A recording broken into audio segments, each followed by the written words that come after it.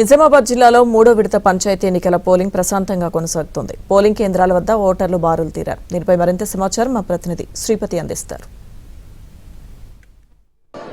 ఉమ్మడి నిజామాబాద్ జిల్లాలో మూడో విడత పంచాయతీ ఎన్నికలు ప్రశాంతంగా కొనసాగుతున్నాయి.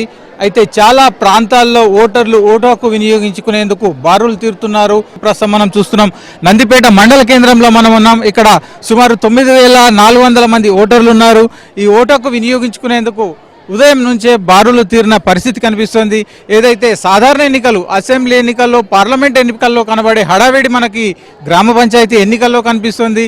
ఇంతటి చైతన్యం, ఇంతటి ఉత్సాహం పల్లెల్లో కనిపించడంపై అధికారులు కూడా హర్షం వ్యక్తం చేస్తున్నారు. ఏదైతే మొదటి 2 విడతల్లో జరిగిన పోలింగ్ దానికంటే ఎక్కువ మొత్తంలో ఈ మూడో విడత స్పందన కనిపిస్తోంది. ఈరోజు జరుగుతున్న పోలింగ్ అంతా కూడా ఆర్మూర్, బాల్కొండ నియోజకవర్గాల్లో ఉంది. ఈపాటికే మనం చూస్తున్నాం ఈ హడావిడి సందడంతా కూడా ఓటర్లలో వచ్చిన చైతన్యంగా చెప్పుకోవచ్చు.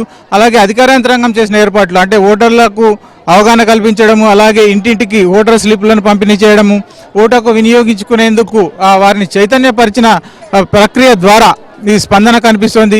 ఇదంతా అయితే మొదటి విడతలో ఇటు నిజామాబాద్ అలాగే కామారెడ్డి జిల్లాలో మొదటి 2 విడతల్లో దానికంటే కూడా మూడో విడత పోలింగ్లోనే స్పందన ఎక్కువగా ఉంది.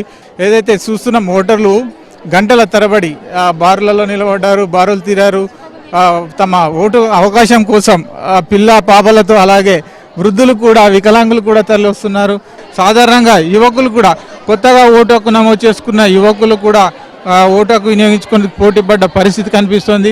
ఇటు మొత్తంగా ఇటు బాల్కొండ అలాగే ఆర్మూర్ నియోజకవర్గాల్లో సాధారణంగా ఈ గ్రామ అభివృద్ధి కమిటీల ఆధిపత్యం కొనసాగుతుండే గ్రామ అభివృద్ధి కమిటీల నిర్ణయమే ఫైనల్గా ఉంటుంది. ఈ కమిటీల నేతృత్వంలోనే గ్రామ పంచాయతీలన్నీ కూడా ఏకగ్రీవంగా ఎంపికయ్యాయి. ఈ దశలోనే పోటీ తప్పని గ్రామాల్లో మాత్రం పోలింగ్లో చాలా ఉత్సాహం కనిపిస్తోంది. అంటే బరిలో ఉన్న అభ్యర్థులు ఎవరైతే పోటీలో ఉన్నారో తలపడుతున్న అభ్యర్థులంతా కూడా ఇటు రాజకీయ పరంగా మద్దతు తీసుకుంటున్నారు. అలాగే గ్రామాభివృద్ధి కమిటీల మద్దతు ఉన్న వ్యక్తులు కూడా హోరహోరి తలపడుతున్నారు. అంటే ఒకవైపు వారి మద్దతు ఉండడము, మరోవైపు జనాల్లో వారికి ఉన్న మద్దతు, అలాగే ప్రధాన రాజకీయ పక్షాల మద్దతు, ఇవన్నీ కూడా కూడగట్టుకొని ఎవరికి వారే హోరాహోరి పోరాటం చేస్తున్నారు.